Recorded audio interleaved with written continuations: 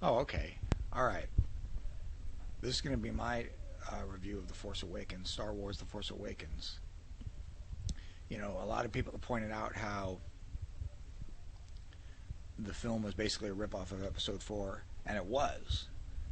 But that's the least of its sins. Not one person, not one single person has caught the more blatant error that has in that it's a horribly racist movie.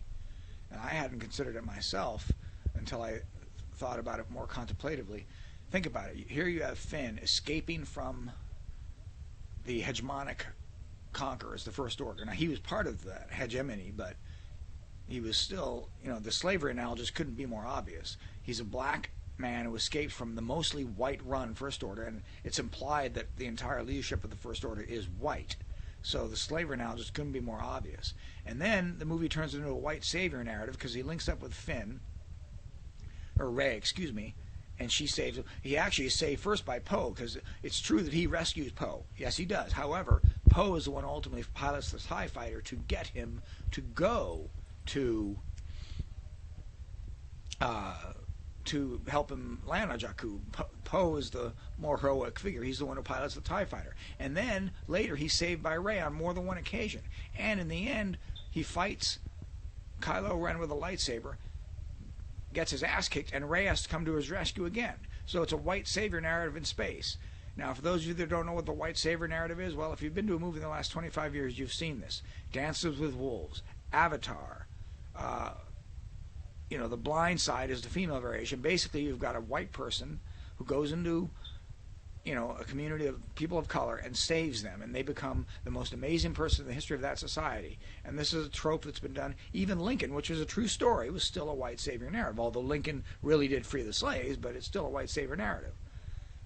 So, The Force Awakens is white savior all over again.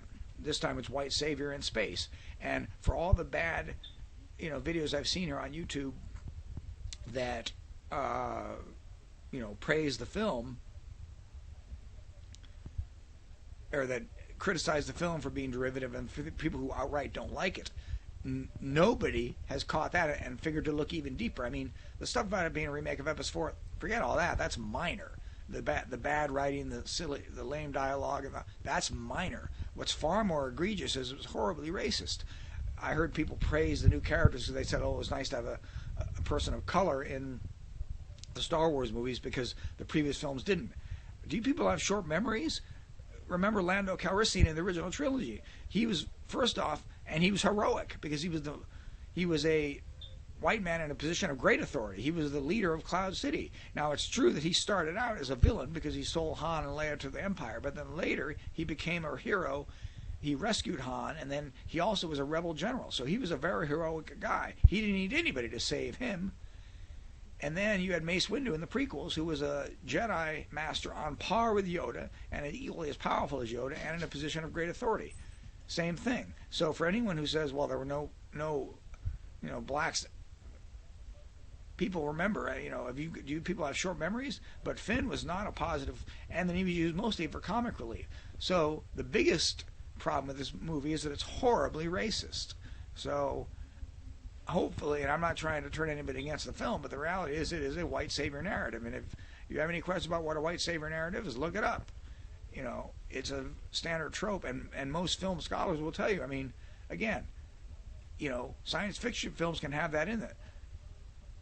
Stargate was a white savior film. Just because it's science fiction doesn't mean it can't be white savior, because you can have aliens stand in for it. Avatar is white savior. Yeah, okay, there were aliens, not people of color, but the analogy was clear. So, it's definitely a white savior narrative. So, but this was a horribly racist film, and again, the idea that it was, a ripoff of Episode 4, that's the least of the film's problems. Anyway, so, but hopefully, I'm not trying to turn anybody against the movie. If you like it, you like it, but you got to look with a little more critical eyes. And I would hope, if I were a black person, I would have been offended by the characterization of Finn personally.